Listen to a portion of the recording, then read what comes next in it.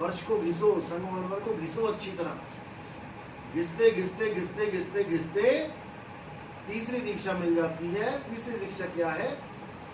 जब तुम्हें अपना स्वरूप दिखाई देने लग जाए।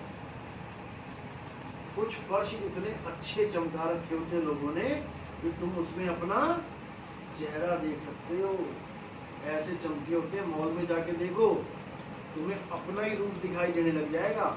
लेकिन अगर उसमें मिट्टी चढ़ी हुई हो तो नहीं दिखाई देगा। इसी प्रकार हम आत्मा हैं, लेकिन जो हम हैं उसे हम महसूस ही नहीं कर पा रहे। ये पंखा चल रहा है, इसमें दो चीजें हैं। एक तो लोहे का पंखा है जो तुम दुकान से लेके आए थे। जब लेके आए तो 3 हिस्सों में मरा पड़ा था। 3 हिस्सों में मरा यानी टूटा पड़ा था। एक ये डंडी ऊपर वाली, एक ये गोला और ये पर, 3 चीजें थी ना। तो तुमने क्या किया? गोले में पर फिट किए और ऊपर डंडा लगा के टांग दिया। यानी मुर्दा लेके आए थे तुम कटा हुआ 3 हिस्सों में। अब घर जाके तुमने उसको सिल दिया। जब मुर्दे को सिल दिया तो क्या वो जिंदा हो जाएगा? मुर्दा खरीद के लाओगे, घर में जाके जिंदा हो जाएगा क्या? नहीं होगा। लेकिन ये देखो जिंदा हो गया, भाग रहा है। क्या ये दुकान में भी ऐसे भाग रहा था? नहीं भाग रहा था, मुर्दा पड़ा था। लेकिन तुमने जाके यहाँ पे टांग दिया तो ये भागने लगा। ये टांगने से भागने लगा क्या? कुछ डला ना इसमें? क्या डला? बिजली। अब बिजली की वजह से ये मुर्दा भाग रहा है। बिजली की वजह से ये मुर्दा 200 की स्पीड में भाग रहा है और तुम इसको देख के कह रहे हो वाह ये तो जिंदा है, ये तो चल रहा है, जिंदा है। कब तक जिंदा है? जब तक स्विच ऑफ नहीं करती। तो बिजली है आत्मा और पंखा है शरीर। पंखा चल रहा है इसलिए हम कह रहे हैं पंखा जिंदा है। ऑफ कर दिया, बिजली खत्म कर दी, नहीं पहुंचने दे रहे वहां तक, तो हम कह रहे हैं पंखा रुक गया, मर गया, यानी पंखा मुर्दा हो गया। अब ये बताओ कि ऑन करने से लेके ऑफ करने तक के बीच में क्या पंखा जिंदा था? क्या पंखा जिंदा था? जिंदा का मतलब होता है जो खुद से चले।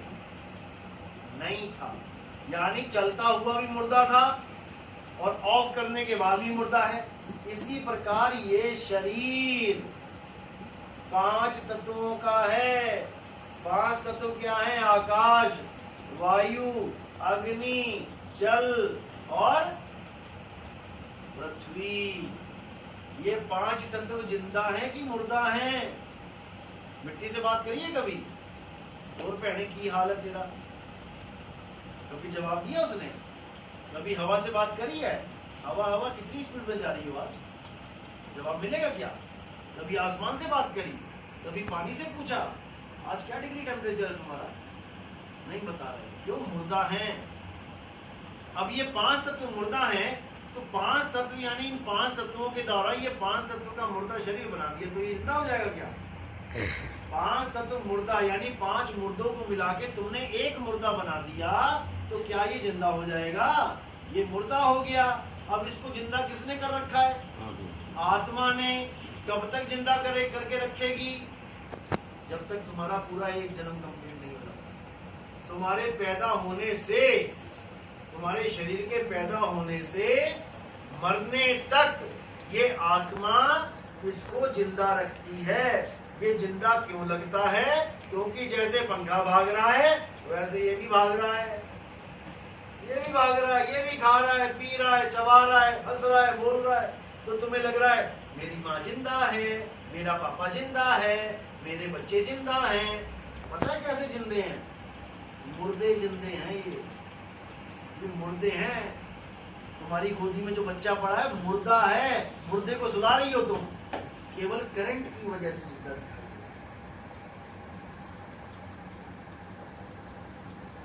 जितने भी शरीर हैं ये 50 किलो का, 60 किलो का, 70 किलो का लाशें हैं। ये तुम्हें जिंदा केवल इसलिए लग रही हैं क्योंकि आंखें टिमटिमा रही हैं, मुंह बोल रहा है, कान से सुन रहा है, खा रहा है, पचा रहा है, तुम्हें लग रहा है जिंदा है। जैसे गाड़ी मुर्दा है कि जिंदा है? कार जिंदा है कि मुर्दा है? मुर्दा। और ड्राइवर बैठा उसके बाद मुंह से खाया पेट्रोल और धुआं निकाला, लोग कह रहे जिंदा है जिंदा है जिंदा है। कब तक जिंदा है? वो खड़ी है उधर, अभी आया था मैं जिंदा गाड़ी से, मुर्दा पड़ी है वहां पे। ये शरीर मुर्दा है। कबीर साहब कहते जिस गांव में तुम फंस गए हो ना, साधो ये मुर्दों का गांव। भजन सुनो, साधो ये मुर्दों का गांव। तुम मुर्दों में फंस गए हो आके, लेकिन समझ में नहीं आएगा। समझ में तब आएगा जब तुम अपने आप को आत्मा जान लो, तब तुम्हें समझ में आएगा, अरे बाप रे, मैं शरीर नहीं, मैं आत्मा हूं, मैं कभी मर ही नहीं सकता। मुझे डरा डरा के मार दिया लोगों ने, तू मर गया मर गया, मर जाएगा मर जाएगा। ये आत्मा अजन्मा है, ये कभी मर ही नहीं सकता। और डरा डरा के लोगों को क्या कर दिया, ये मंत्र जप ले, वो कर ले, व्रत कर ले, तीर्थ में नहा ले। इसी में उलझ गए सारे। कृष्ण जी समझा समझा के चले गए, गीता बोल बोल के 18 अध्याय चले गए, लेकिन हमने कभी विचार ही नहीं किया कि बोल क्या रहे हैं वो। हम कहां पे दौड़े दौड़े जाते हैं, बस पैर छू लो पैर छू लो पैर छू लो। यानी एक पिता ऐसा है जिसका बेटा उसका कहा मानता ही कभी नहीं है। परेशान हो गया बाप बेटे से, लेकिन बाप सुबह आके पहले पैर छू लेता है और कहा एक ना मानता है। तो क्या करेंगे ऐसे बेटे का? गांव गांव में जाके बोला यार मेरा लड़का तो मेरी बात मानता ही नहीं, और वो सुबह सुबह पैर छू के जा रहा है रोज। यही हमारा हाल है। पैर छुएंगे, कृष्ण जी को मानेंगे, लेकिन कृष्ण जी की नहीं मानेंगे।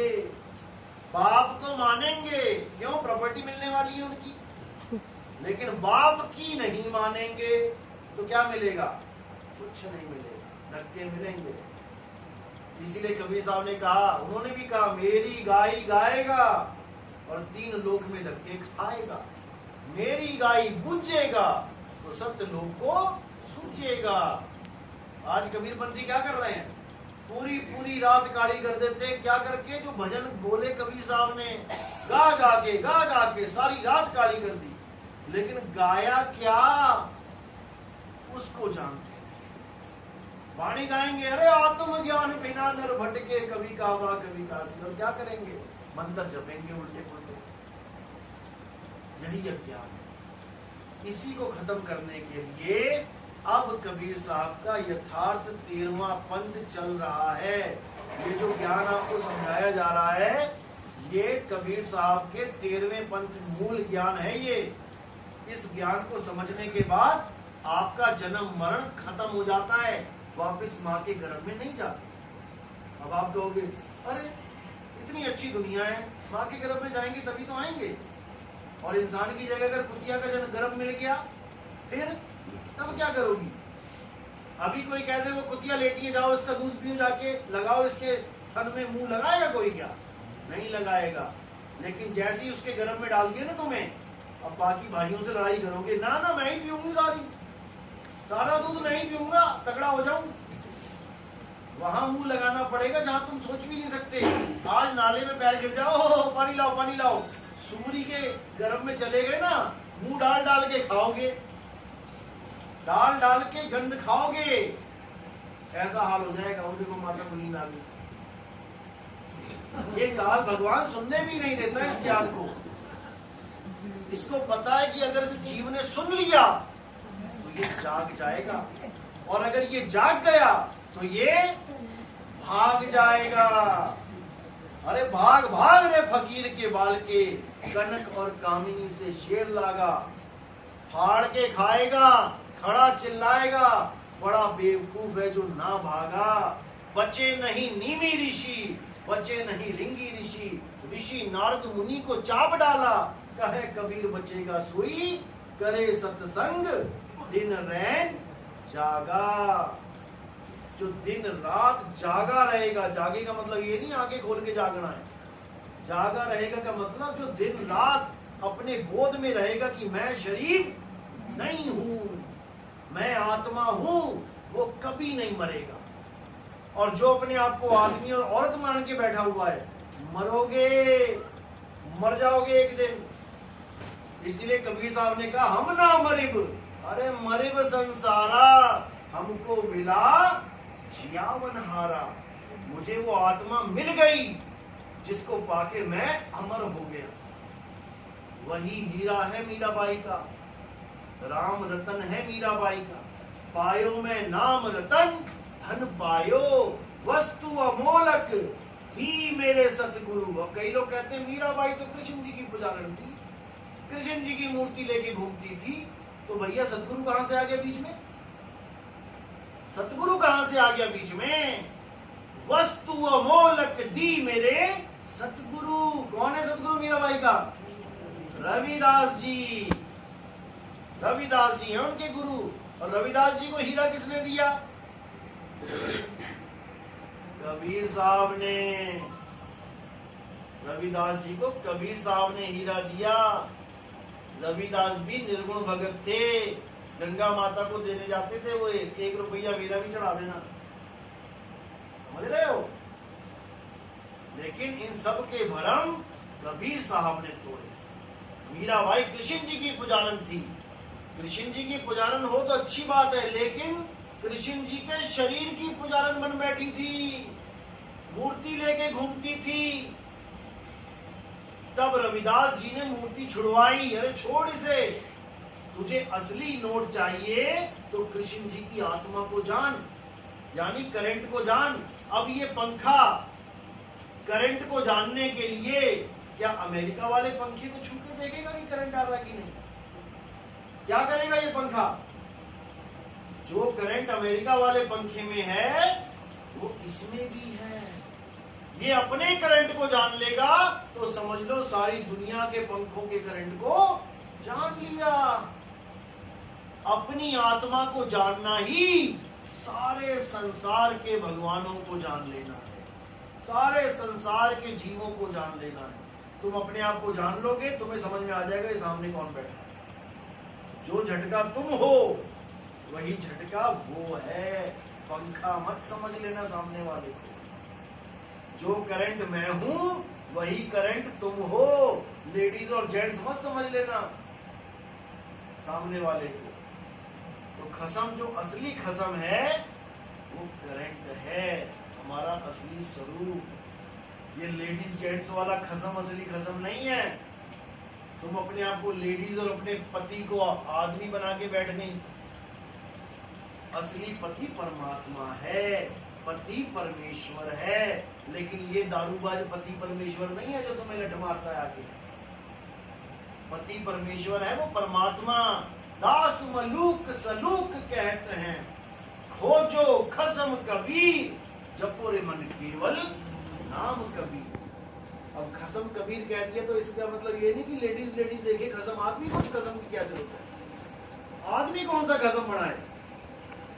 लेकिन आदमी भी खसम बनाएगा, क्योंकि आदमी आदमी नहीं सुरता है। आदमी और औरत दोनों का स्वरूप क्या है? सूरत है। और परमात्मा का स्वरूप क्या है? शब्द है। इसीलिए बोला गया है शब्द गुरु सूरत धुन चेला। सूरत चेला है, शब्द गुरु है। जब तक ये समझ में नहीं आया भूल जाना कि कभी भक्ति कर पाओगे। तो इसको अच्छी तरह समझना है। बाकी हमारे YouTube पे सत्संग आते हैं, आपने टाइप करना है नितिन दास के सत्संग, सारे आने शुरू हो जाएंगे। 50 चैनल बना दिए लोगों ने मेरे नाम पे। वैसे मेरा जो अपना चैनल है वो है कहत कबीर सुनो भाई साधो नितिन दास। जैसे हर वाणी में बोलते हैं ना लास्ट में कहत कबीर सुनो भाई साधो, तो वैसे ही लिखना है आपने कहत कबीर सुनो भाई साधो, उसके बाद मेरा नाम लिख देना नितिन दास। तो मोबाइल में अपने आप आ जाएगा। एक नंबर से मैंने नंबर डाल रखे हैं सत्संग का, 1 2 3 4 5। तो एक नंबर से जैसे ही आप सुनोगे आपको सब कुछ समझ में आ जाएगा कि क्या सत्य है, क्या असत्य है, क्या करना है, क्या नहीं करना है, कैसे मुक्ति मिलेगी, कैसे 84 मिलेगी, कौन से छेद में से निकलोगे, कहाँ जाओगे, ये सब समझ में आ जाएगा। चलो बोलिए सतगुरु बंदी छोड़ कबीर साहिब की जय। किसके समझ में कुछ भी नहीं आया वो हाथ खड़ा कर दो। ऐसे भी बच्चे होते हैं, 2 घंटे की क्लास लेता है टीचर, फिर कहता है राम सीता का बड़ा भाई था। हाँ कौन है, किसको नहीं समझ में आया? नहीं, ये एक सवाल था जड़ और चेतन। जड़ चेतन, यही तो समझा रहा हूँ, पंखा और विपत्ति। पंखा जड़ है, बिजली चेतन है, शरीर जड़ है, आत्मा चेतन है। जड़ चेतन का करे निबेड़ा, कहे कबीर सुहंस है पड़ोसियों का मेरा। तो पड़ोसियों कौन है? जो जड़ चेतन को यानी गुड़ और गोबर को इकट्ठा करके लाए। कितने गुड़ में कितना गोबर मिला है खाने लायक होता है? लेकिन तुमने गुड़ गोबर मिला रखा है। गुड़ है आत्मा, गोबर है शरीर। जब तुम पूजने जाते हो तो गुड़ को तो फेंक देते हो और गोबर गोबर चाटते हो। इसलिए अब गुड़ और गोबर को अलग कर दो। गुड़ और गोबर को अलग कर लोगे तब